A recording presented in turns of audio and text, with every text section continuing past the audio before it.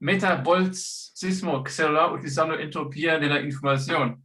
O sea, aquí estamos esperando la ecuación de Boltzmann, ¿ya? Ese tiene el significado, es de Marcelo Rivas, de la Universidad Técnica Metropolitana. Pues le dejo el tiempo de 20 minutos más o menos y listo, no tengo más a introducir, estamos escuchando a su presentación. Gracias, Estefan. Este es un trabajo que realicé junto con Raúl Conejero de la Pontificia Universidad Católica de Valparaíso. El problema que tratamos de resolver se inserta dentro del metabolismo celular. Las células adquieren moléculas con energía del ambiente, las procesan a través de una secuencia de reacciones bioquímicas y como resultado producen materiales de desecho y moléculas que contienen menos energía. Entonces, por ejemplo, acá estoy mostrando la imagen de un órgano que está dentro de una célula, una mitocondria, donde entra por un lado la glucosa, esta molécula que tiene energía, y esta es procesada a través de varias reacciones y luego en este camino se producen todos los precursores que permiten autorreplicarse a la célula, los lípidos, azúcares, material genético, etc. ¿Y cómo se logra esto? Muchas de estas moléculas que contienen energía se puede pensar en ellas como un edificio, un rascacielos. Un edificio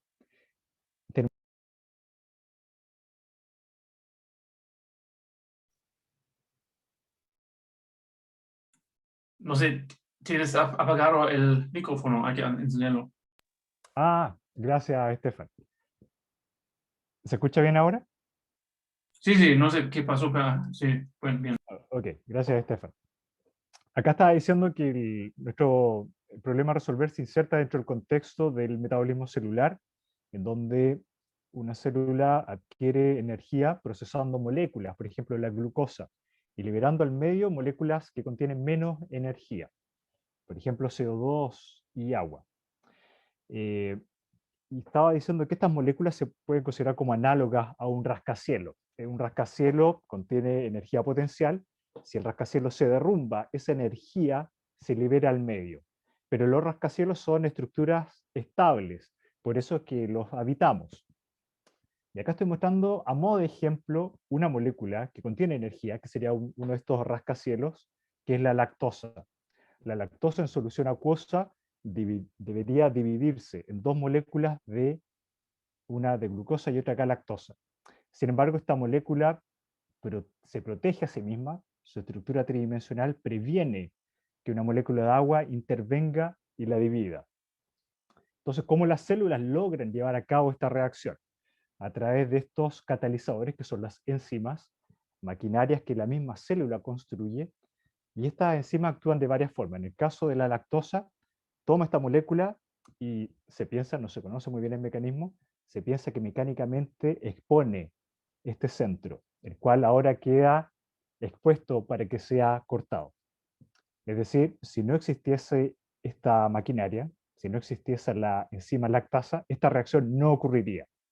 Hay otras reacciones que son incluso más espectaculares. Por ejemplo, acá hay una membrana en donde en uno de sus espacios hay una concentración de protones que es mayor a la que está afuera.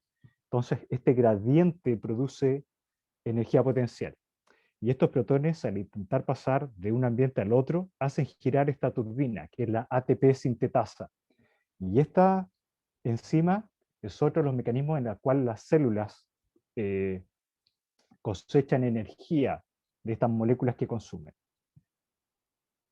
El problema es que no hay una o dos, sino que hay miles de estas enzimas. Esta es una red metabólica de un microorganismo relativamente simple, de una bacteria, E. coli. Entonces acá vemos que está, por ejemplo, el ciclo de Krebs, donde se generan todos los precursores, los lípidos, los aminoácidos, etc. Y para llegar a cada uno de estos puntos se requieren miles y miles de reacciones auxiliares. Y las células controlan el flujo, cuánto material pasa. Acá los nodos representan moléculas y los arcos representan el flujo de transformación de una molécula a otra. Estos flujos están controlados por la cantidad de catalizador, por la cantidad de enzima que las células asignan a cada una de estas miles de reacciones. Entonces esto genera un problema. ¿Cómo podemos saber cuáles son los flujos al interior de una célula? Experimentalmente podemos medir una docena, tal vez 2 docenas, pero medir las 1000 es imposible, no es factible hacerlo aún. Entonces, en primer lugar, ¿por qué uno tendría que preguntarse cuál es esta distribución de flujo? Porque se sabe que es relevante. Por ejemplo, en enfermedades como el cáncer, esta distribución de flujo es aberrante. En las células tumorales, estas quieren crecer rápidamente, de manera ineficiente, pero eficaz. Y se ha observado que producen moléculas como lactato, la cual todavía contiene mucha energía, es decir, las células cancerígenas no extraen toda la energía que está disponible en estas moléculas, pero eso les permite producir energía a alta velocidad.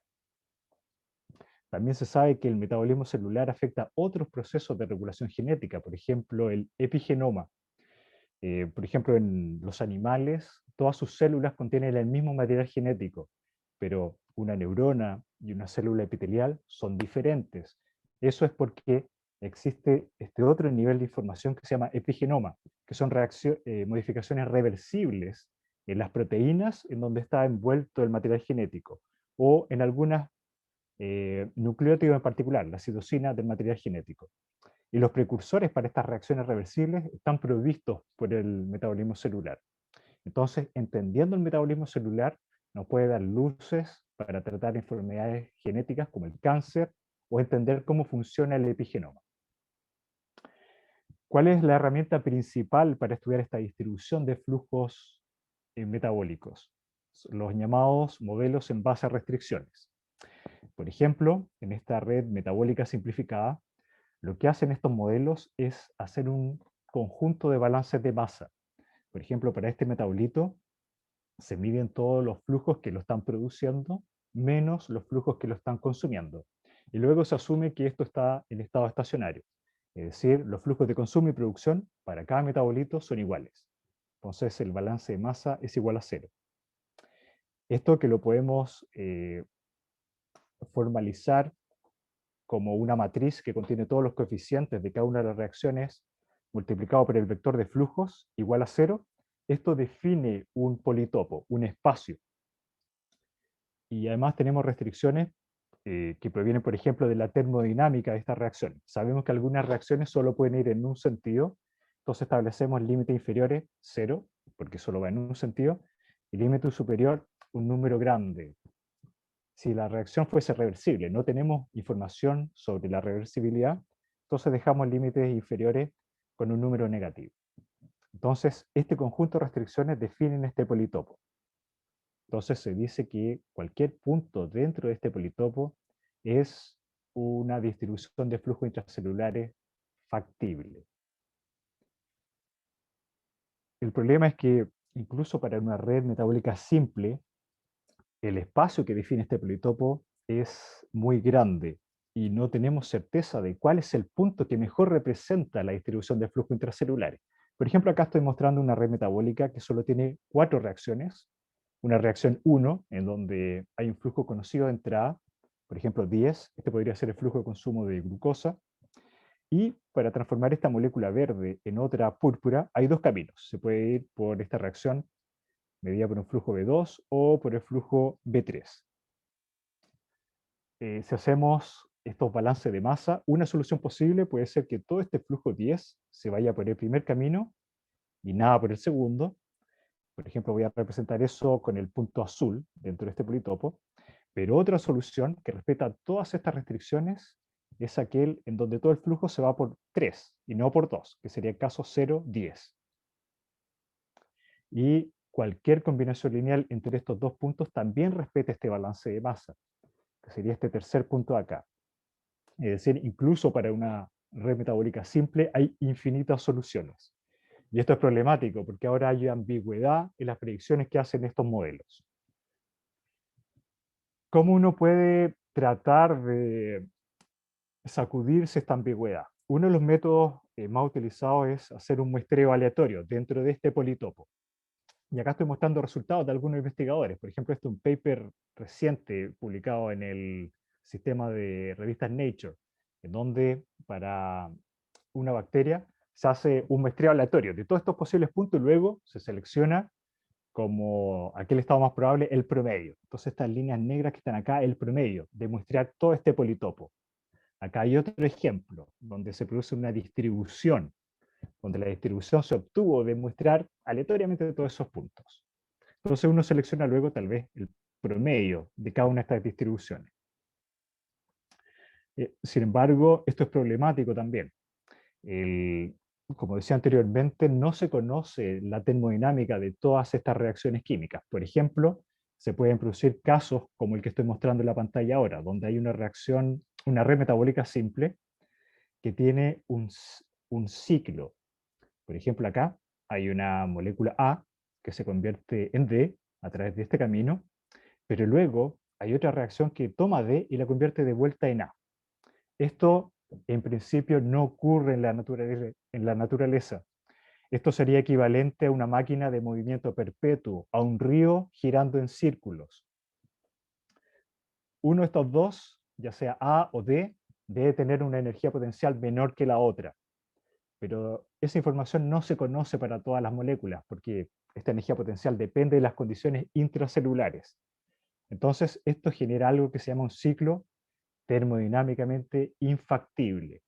Entonces, esto puede llevar al siguiente tipo de artefacto, donde este flujo más un valor alfa, donde alfa es un valor arbitrariamente alto, puede ser añadido a esta vía y luego, para respetar los balances de masa, este mismo valor alfa es devuelto desde D a A.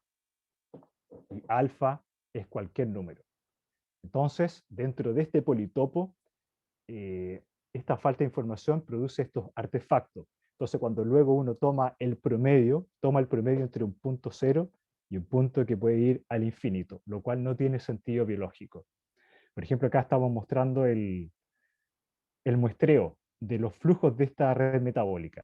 Y algunos de estos flujos están solo limitados por el límite superior de este alfa, que en este caso fue 1000, pero es un valor grande. Y este valor grande no tiene ninguna relevancia biológica.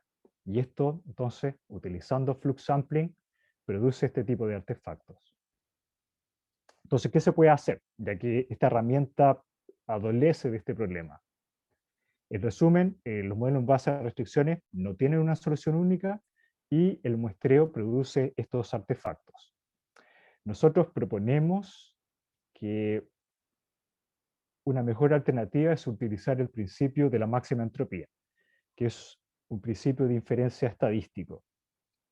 Este se basa en la definición de entropía de Claude Shannon, que dice que si un sistema puede estar en varias configuraciones, en donde la frecuencia de una configuración en particular está dada por una distribución de probabilidad, entonces uno debería seleccionar aquella configuración que, medido de esta manera, contenga la mayor cantidad de información.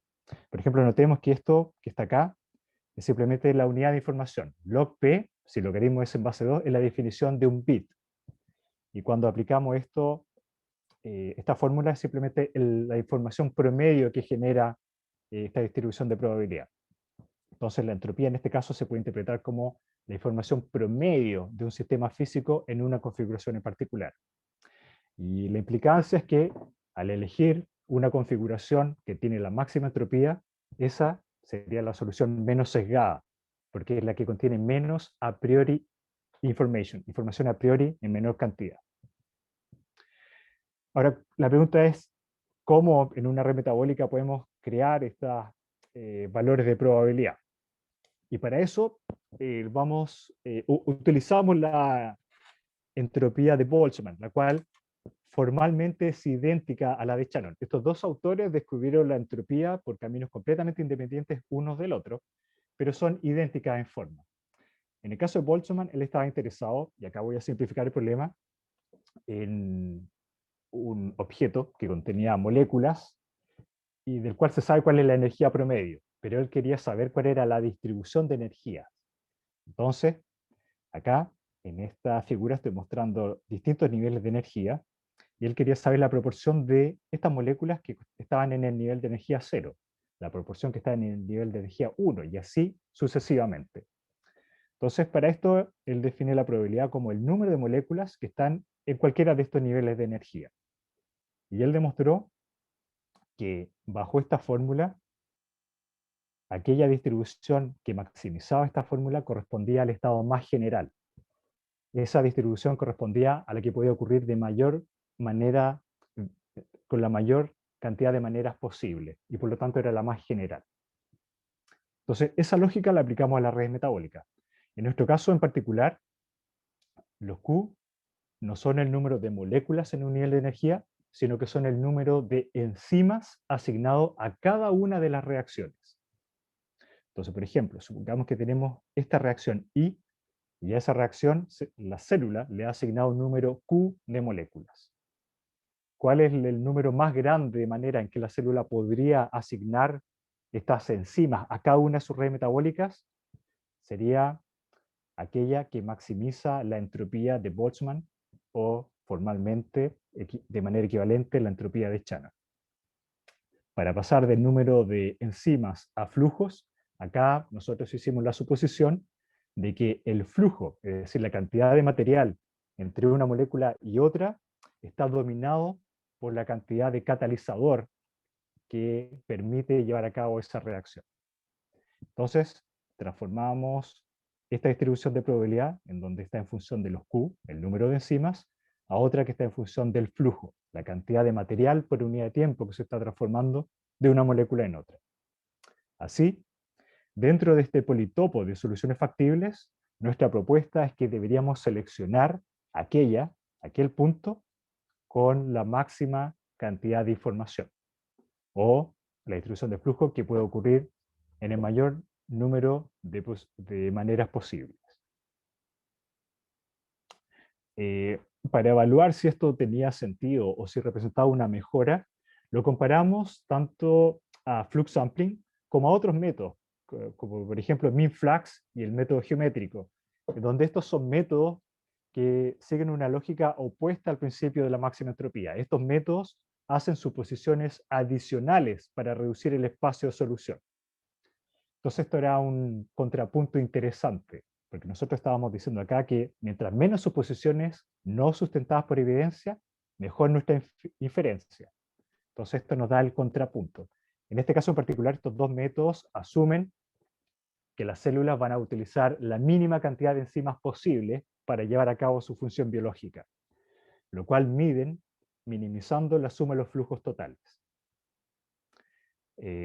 Voy a ilustrar esto con esta red.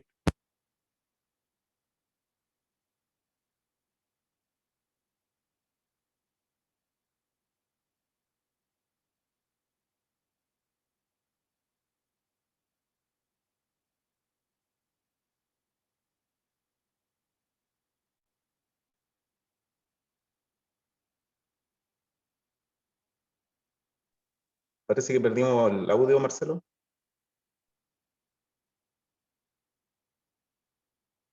Se quedó pegado, parece, ¿no?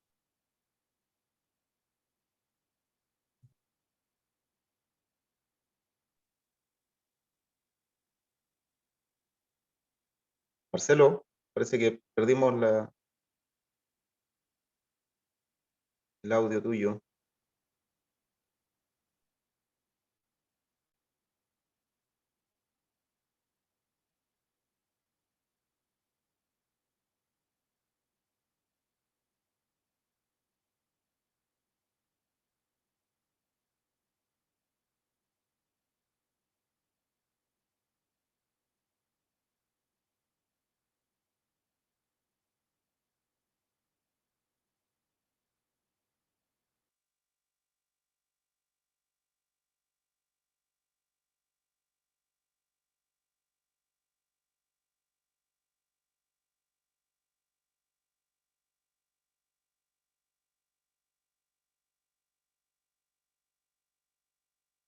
Usted me avisa, por favor.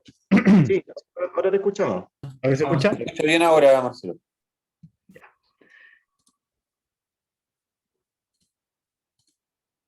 Ya, se ve la presentación, ¿verdad? Sí, Sí, súper. sí. Ya. Perdón, ustedes me dicen, ¿en qué parte se perdió el audio? Una más atrás. Ah, acá. Ya. Acá estaba explicando que estos métodos alternativos, al asumir que la célula produce la mínima cantidad de enzimas posible, hace que estas reacciones de reciclo sean sistemáticamente cero. Por otra parte, Max-End tiende a encontrar la distribución de flujos que es la más homogénea posible. Esto es porque la entropía se maximiza con una distribución de probabilidad homogénea. Ahora, ¿por qué esto es relevante? Porque se sabe que hay ciclos en las células que son termodinámicamente factibles. Uno de ellos es el ciclo del glioxilato. En este caso, está el ciclo de Krebs y está esta reacción que transforma isocitrato de vuelta a algunos de sus precursores. Y estos métodos alternativos, MinFlux y el geométrico, para esta reacción predicen de manera sistemática que no hay flujo. Sin embargo, si lo comparamos con datos experimentales para dos condiciones de cultivo, que son los paneles B y C, que se están mostrando en pantalla, solo el método de la máxima entropía y el promedio de un muestreo producen valores diferentes de cero y que son cercanos al valor experimental para ambas condiciones. Sin embargo, el método del muestreo, al adolecer de estos artefactos que producen los ciclos termodinámicamente infactibles, tiende a sobreestimar otros flujos, como es el caso de su COAS. Esto porque su COAS, a su vez, es parte de un ciclo termodinámicamente infactible. Entonces, al tomar el promedio de ese muestreo, Flux Sampling tiende a producir predicciones de ese flujo que son órdenes de magnitud superior al valor experimental. Por otra parte, el principio de la máxima entropía, al tratar de producir una distribución de flujo homogéneo, tiende a producir valores que son cercanos a lo observado experimentalmente. Ahora, el problema es que se sabe que los flujos intracelulares no son homogéneos. Siguen una distribución que es similar a la distribución de Boltzmann, donde la mayoría de los flujos producen, la mayoría de las reacciones producen poco flujo y solo unas pocas reacciones producen mucho flujo. Esto está sustentado por estos resultados. Sin embargo, las restricciones que imponen los balances de masa hacen que esta distribución sea la que se observe cuando lo medimos con Max-End. Estas distribuciones que están en pantalla son aquellas que obtuvimos con Max-End, las cuales son coherentes con la literatura. Es decir, las restricciones de la red metabólica son lo suficientemente fuertes para producir una distribución que decae exponencialmente. También comparamos el nivel de entropía con los métodos alternativos. Entonces, por ejemplo, acá está la entropía medida para Max-End comparado con los otros dos métodos y comparado con varias simulaciones obtenidas con este método de muestreo. Y el nivel de entropía de este método es muy poco probable que ocurra al azar. Es varias veces el valor que obtendríamos con estos métodos adicionales. También, acá, estamos midiendo el error. Lo comparamos con datos experimentales, medimos la distancia entre los valores predichos y los valores experimentales, y Max-End produce el menor error, comparado con Flux Sampling, el cual produce varios órdenes de magnitud de errores mayores. Por razones de tiempo, me disculpo por el problema técnico, voy a adelantarme a esta figura, donde también los comparamos con valores de flujos experimentales para dos microorganismos, Saccharomyces cerevisiae y E. coli. Y aquí voy a saltarme a esta figura, cuando comparamos las predicciones, esto para distintas distribuciones de flujo, y acá en el eje X está el error, el Max-End tiende a producir menos error comparado con los métodos alternativos, a medida que la distribución de flujos tiende a ocupar más reacciones. Esto es un índice que va entre 0 y 1, en donde 0 sería el uso más eficiente del metabolismo, y 1 sería un caso donde hay overflow metabolismo, donde las células serían como estas células de cáncer, que ocupan rutas menos eficientes, pero que son más efectivas. Me voy a saltar eso por razones de tiempo. Y finalmente, también medimos el tiempo de cálculo cuando lo implementamos en un computador Este método, al ser un problema de optimización no lineal, toma más tiempo que estos otros dos métodos alternativos, pero aún así es un tiempo que es razonable. En el caso de Saccharomyces cerevisiae, que son alrededor de 2000 reacciones, se demora 20 minutos en producir la simulación. En el caso de E. coli, que tiene menos reacciones, se demora alrededor de 5 minutos en producir estas predicciones. Por lo tanto, este es un método factible de aplicar a reacciones, a microorganismos que tienen muchas reacciones. Voy a terminar con los agradecimientos a nuestra fuente de financiamiento, que fue un Fondesit postdoctoral, y lo invito a, si les pareció interesante, a revisar los otros análisis que hicimos en esta investigación, el cual fue recientemente publicado en PLOS ONE. Gracias. No sé si hay tiempo para preguntas. No, siempre dejamos a nosotros el tiempo. O sea, una consulta principal obviamente es en cuanto al modelamiento. Hay distintos tipos de los modelos, es decir, y también hay muchas presentaciones que trabajan con modelos en forma de ecuaciones diferenciales. Entonces, aquí obviamente tienen otro tipo de modelo. La consulta sería, si por ejemplo vemos esta red metabólica con esta malla muy fina. La consulta sería, por ejemplo, o también lo más complicado antes. Si se puede hacer un modelamiento de estos fenómenos por ecuaciones diferenciales. Es decir, por ejemplo, esta red metabólica que tiene tantos procesos biológicos, químicos, de manera que se podrían, justamente donde se pueden incluso en cada lugar definir variables, cuantificarlo. La consulta sería por dos partes. Es decir, si se podría modelar por un sistema de ecuaciones diferenciales quizás con 100, 200 variables. O sea, sé que en publicaciones lo hacen, pero con modelos mucho más reducidos. Y de manera complementaria, si tenemos el concepto de balance de masa, también estos balances de masa se pueden modelar de distintas maneras. Hay ecuaciones de masa como el término técnico, donde hay un dominio físico y la masa pasa por ese dominio físico a través de llamada ecuaciones de masa, pero de manera complementaria se puede hacer este balance de masa mencionado en la presentación, modelarlo también por ecuaciones cinéticas.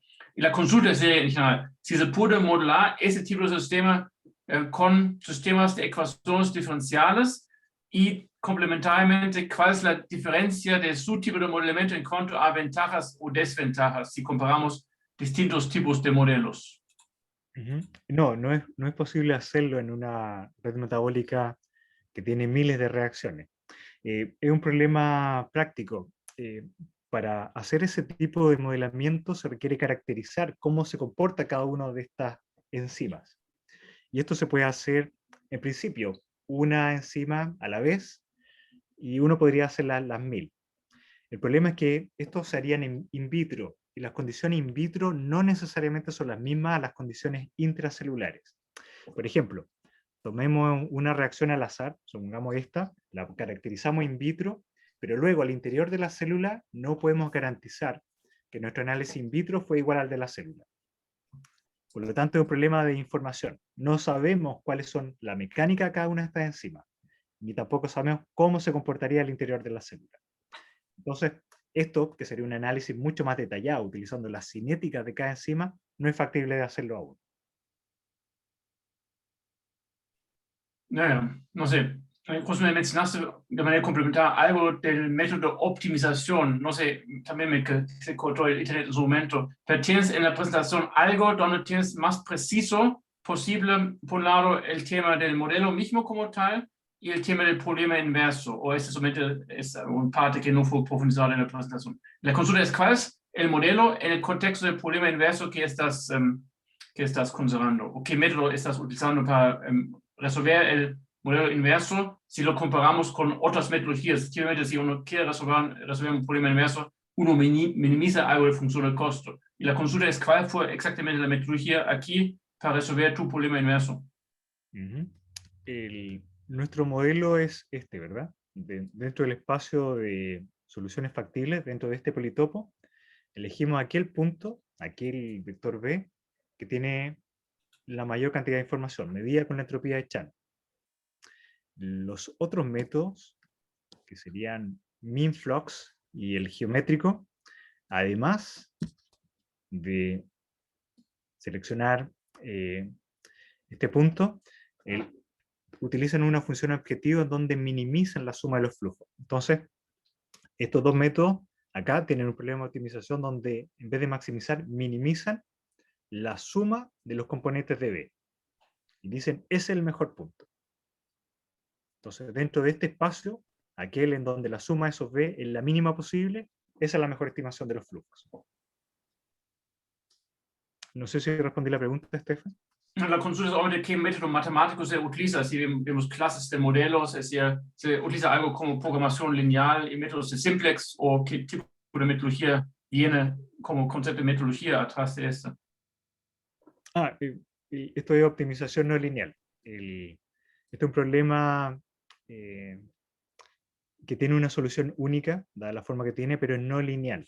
La implementación computacional fue en Python utilizando una interfase que se llama Casadi. Y simplemente ahí ocupamos las herramientas que traía Casadi. No investigamos sobre el algoritmo de optimización en sí mismo. Como esto es un problema estrictamente convexo, para nosotros bastaba con eso para saber que la solución era única. Pero ese detalle de cómo funciona el optimizador fue algo que escapaba al scope de esta investigación. Super. Es decir, por mi parte no tengo muchas más consultas. Es decir, no sé si alguien en el auditorio consulta o el Rodrigo tiene consulta. Obviamente, si se habla de solución única, la consulta matemática sería si se puede comprobar existencia y unicidad. ¿Es un tema que vale la pena profundizar o la unicidad es algo trivial? En este caso, esta forma es estrictamente convexa. Y el espacio, este cono que mostré anteriormente, es conexo. Entonces, con eso se puede demostrar que la solución es única. Solo hay un punto que produce el nivel de entropía máximo. Entonces, con esto sabemos que esta metodología no adolece del problema de los otros métodos que producen más de una solución. La solución predicha con este método es única. Solo hay una solución que es la que tiene la máxima entropía. Super. Sí, no, agradezco mucho. No sé si Rodrigo tiene una consulta o quiere transferir a la próxima presentación. No, yo por mi parte no tengo y revisé y tampoco habían consultas, así que quiero agradecerle a Marcelo la presentación y nos deja ahí una tarea bastante. El contexto para mí me complica un poco, conozco un poco de la parte de optimización, pero el contexto, hay que decirlo, a mí me queda bastante grande, pero interesantísimo. Gracias, Marcelo. Gracias a ustedes. Bueno, vamos a continuar entonces con